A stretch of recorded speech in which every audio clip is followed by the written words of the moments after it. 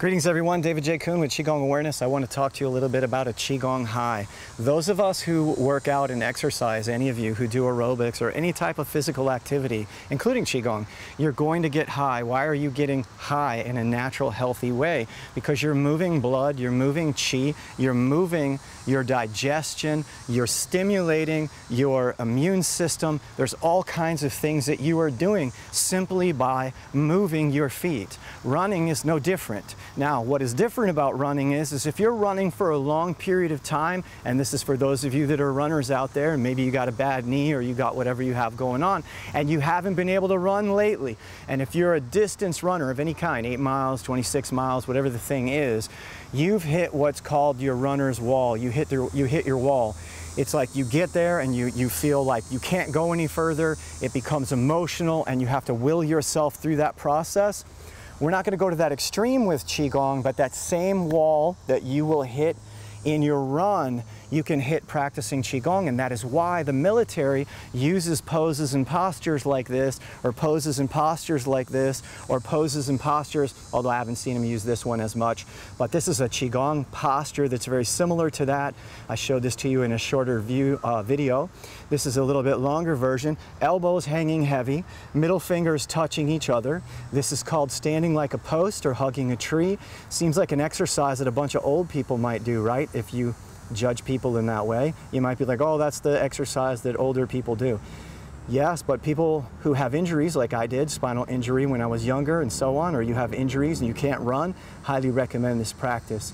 You can do it seated. It's much more potent if you do it standing. Keep the knees slightly bent. You're going to hold this pose and this posture. You're going to set a timer, whether it's 3 minutes, 5 minutes, 10 minutes. I recommend you start there. Eventually, this can be a longer practice.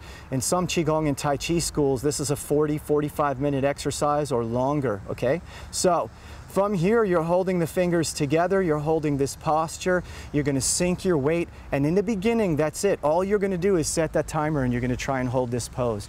So set your timer for 3 minutes, 5 minutes, or 10 minutes. You're going to have blood moving, energy moving. You may or may not know what Qi is or anything like this, but I promise you're going to have an experience. And even though you may not realize it, your emotions are going to come up. Many athletes, if you ask an athlete who trains all the time, like I'm a jiu-jitsu practitioner, for example, karate practitioner. So if somebody says to me, hey David, did you get emotional during that competition, or did you get emotional during that? Because I'm a Qigong instructor, I might say yes, but if I didn't know Qigong, I would be like, oh no, I just like, well, I was in pain, right? But here's the thing, there's a fine line between your pain and the emotional pain that's causing the physical pain. So my shortcut to understanding, when you're practicing like this for 5 minutes or 10 minutes, weird things are going to happen. But it's not any more weird than mile 13 of a marathon.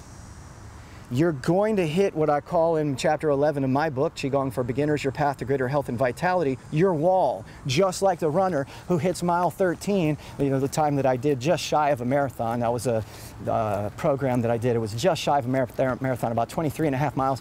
When I hit mile 13-ish, I was like, oh my God, I can't do this anymore. And then I had to keep going 1 foot, 1 foot, 1 foot, 1 foot.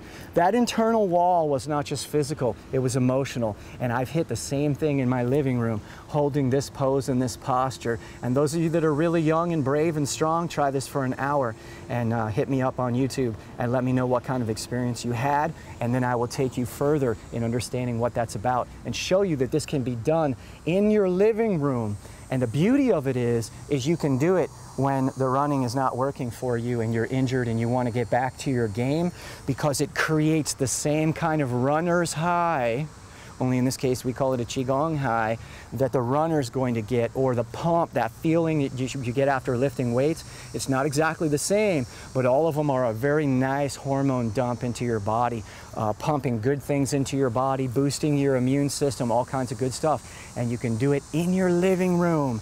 Boom. And in another video, not in this one, but in another video at another time, I will talk to you about why it is that the military uses these kinds of poses and postures and makes their soldiers stand like this for extended periods of time. We'll get into that in another video. Thanks for tuning in, and I will see you soon. Don't forget to subscribe.